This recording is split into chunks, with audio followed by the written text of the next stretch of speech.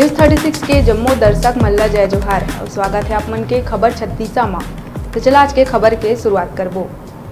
Korba medical college अस्पताल में वो समय अफरा तफरी मच गई जब तड़के बिहनिया एक मरीज के नज़र कूलर के नीचे आराम फरमावत नाग सांप के ऊपर पड़ी।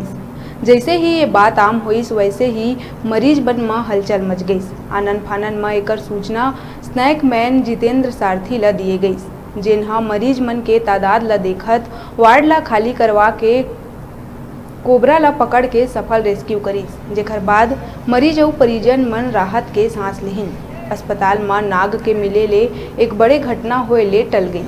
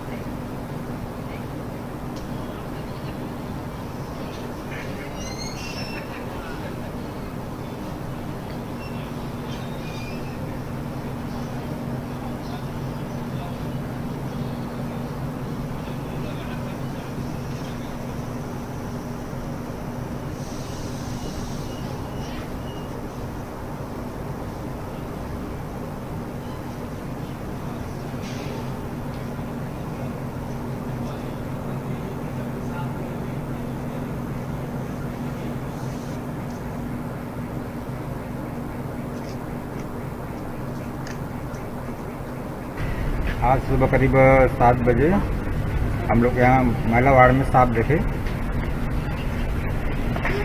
जो कि काफ़ी जहरीला लग रहा था।